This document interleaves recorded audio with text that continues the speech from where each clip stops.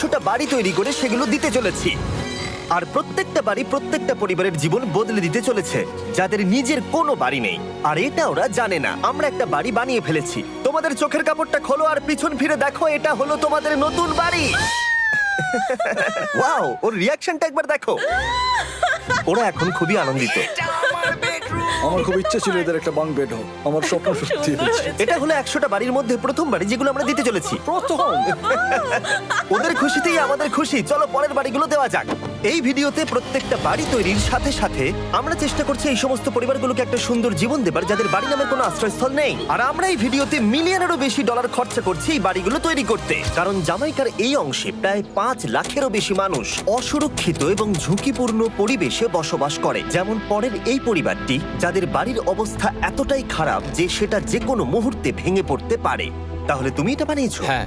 নিজেই বানিয়েছো? হ্যাঁ, আমি কাঠ আরো এইসব জিনিস কিনে তৈরি করেছি। আমরা তো পাহাড়ের উপরে আছি, তার মানে এই সমস্ত মেটেরিয়াল তুমি পাহাড়ের উপরে এনেছো? হ্যাঁ। হ্যাঁ, মাথায় করে। ওয়াও, আমরা জানতাম এই পরিবারের একটা ভালো বাড়ির প্রয়োজন, তাই আমরা তাদেরকে ট্রিপে পাঠালাম যাতে আমরা পর্যাপ্ত সময় পেয়ে যাই আমাদের পার্টনারের সাথে তাদেরকে একটা ব্র্যান্ড নিউ বাড়ি গিফট করতে। তোমরা দেখলে একটা পরিবার এইরকম একটা বাড়িতে থাকতো, আর এখন তারা এখানে থাকবে। আর আমি ওদের রিয়াকশন দেখার জন্য অপেক্ষা করতে পারছি না। ও ওয়াও, তোমরা এখন সামনে যেটা দেখতে পাচ্ছ সেটা হলো তোমাদের নতুন বাড়ি। তোমাদের ট্রিপে পাঠানোর কারণ হলো আমরা চেয়েছিলাম তোমাদের চোখের আড়ালে নতুন বাড়ি তৈরি করে তোমাদেরকে চমকে দিতে। চলো তোমাদের ভেতরটা দেখাই, দেখো কেমন। ওয়াও। আমি দেখেছিলাম তোমাদের কিছু নতুন ফার্নিচারের প্রয়োজন, তাই আমরা নতুন বাড়িটাকে সম্পূর্ণ ফার্নিশড করে দিয়েছি। ইলেকট্রিসিটি ছাড়াও তোমাদের জন্য এই বাড়িতে একটা ওয়াটার ট্যাঙ্কও আছে। এখানে একটা বাঙ্ক বেডও আছে তোমার 2 সন্তানের জন্য।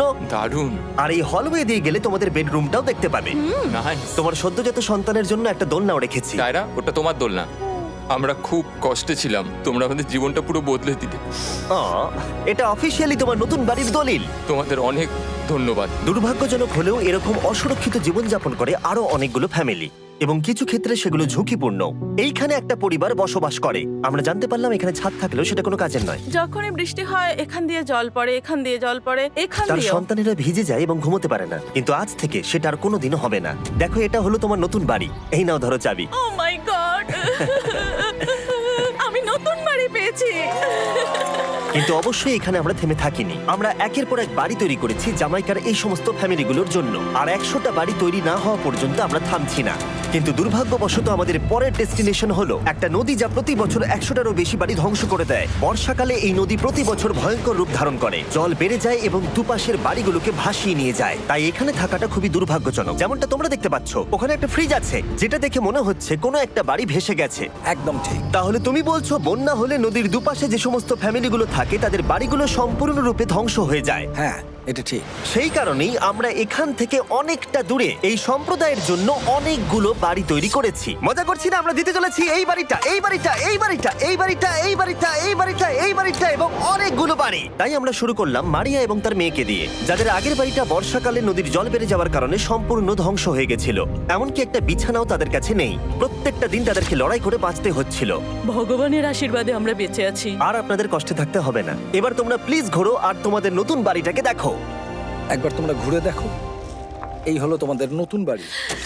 ও মাই গড, ধন্যবাদ ভগবান, তোমাকে অনেক অনেক ধন্যবাদ।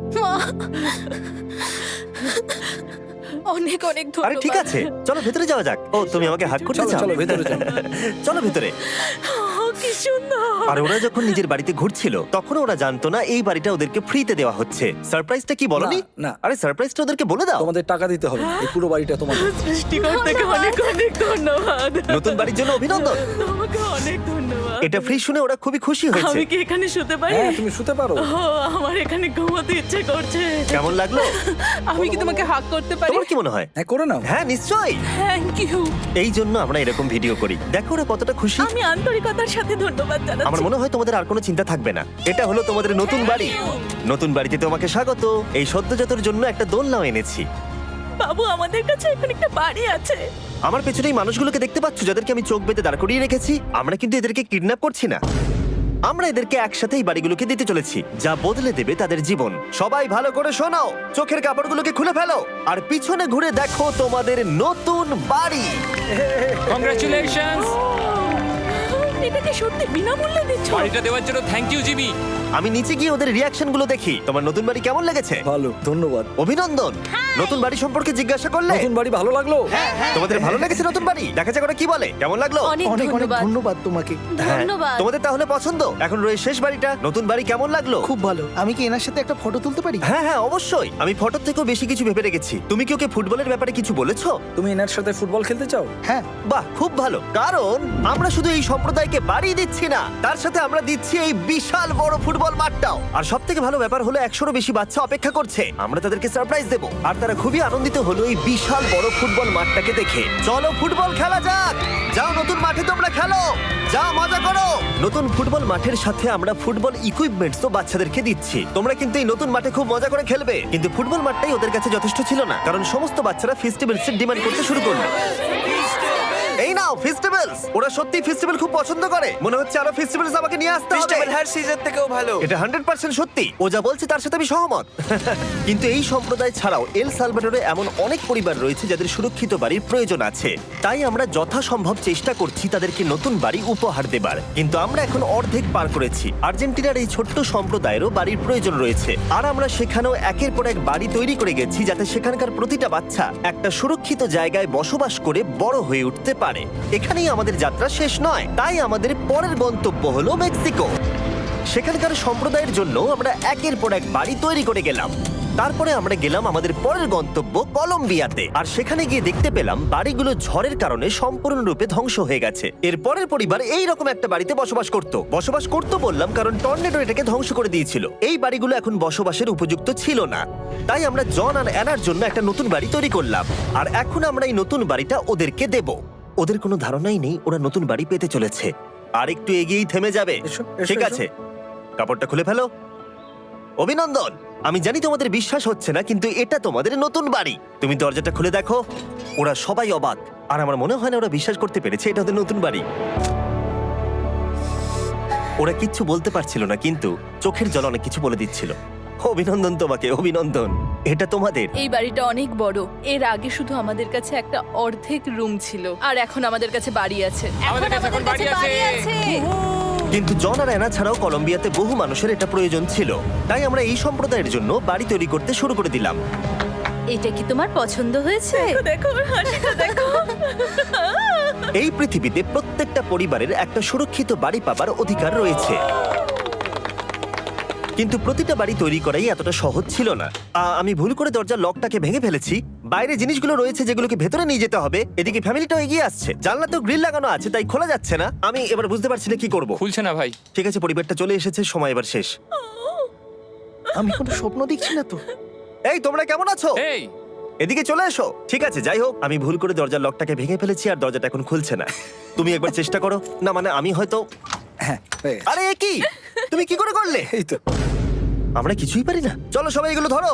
সত্যি কথা বলতে আমি তালা খোলার ব্যাপারে অতটা জ্ঞানী নই। তোমরা ভেতরে যেতে চাও? ওরা কিন্তু এখনো পর্যন্ত এখানে কোনো ফার্নিচারই দেখেনি, কিন্তু এখন থেকে তাদের কাছে একটা বাড়ি রয়েছে যেটা তাদেরকে সুরক্ষিত রাখবে।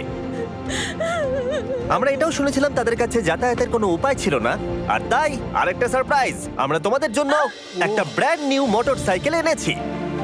এই নাও চাবি। অনেক অনেক ধন্যবাদ। কোনো ব্যাপার নয়।